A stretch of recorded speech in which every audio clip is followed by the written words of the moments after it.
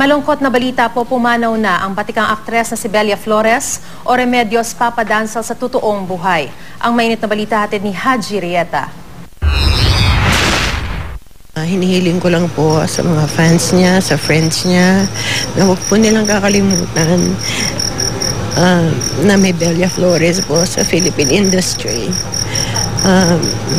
Na sana po ako o yung anak ko, mapatuloy namin ang legacy niya. Emosyonal na umarap sa media nag-isang anak ng veteranang aktres na si Belia Flores matapos itong pumanaw pasado na kaninang madaling araw sa Quezon City General Hospital. Pumanaw si Flores o Remedios Papadansal sa tunay na buhay sa edad na 84. Makaran ng halos 3 buwang pagkaka-ospital matapos na madulas at magkaproblema sa kanyang balakang kung saan siya inoperahan. Si Imelda Papin, kaibigan ng pamilya, isa sa mga tinawagan ng anak ni Belia na si Ruby Arcilla para isugod sa ospital ang ina. Sinabi niya sa akin na yung blood pressure ay bumaba from 86/44. So sabi ko, that's alarming. Sabi ko, may oxygen ka ba dyan? Sabi niya, wala. So sabi ko, we need to call an ambulance. Nalala ko siya, lagi niyang pinupuri ako.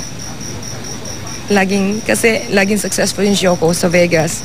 Nandun siya at very, very proud siya.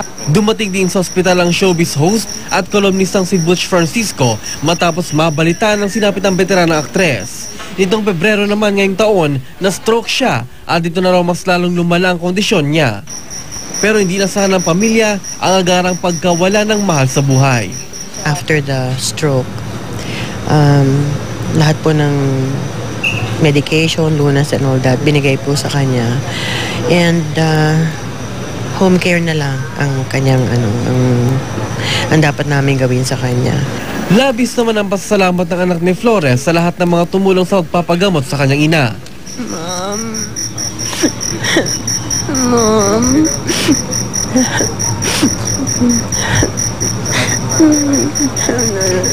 Ang hirap pala nag-iisa. Pero alam ko hindi niya ako papabayaan kahit na wala na siya sa tabi ko.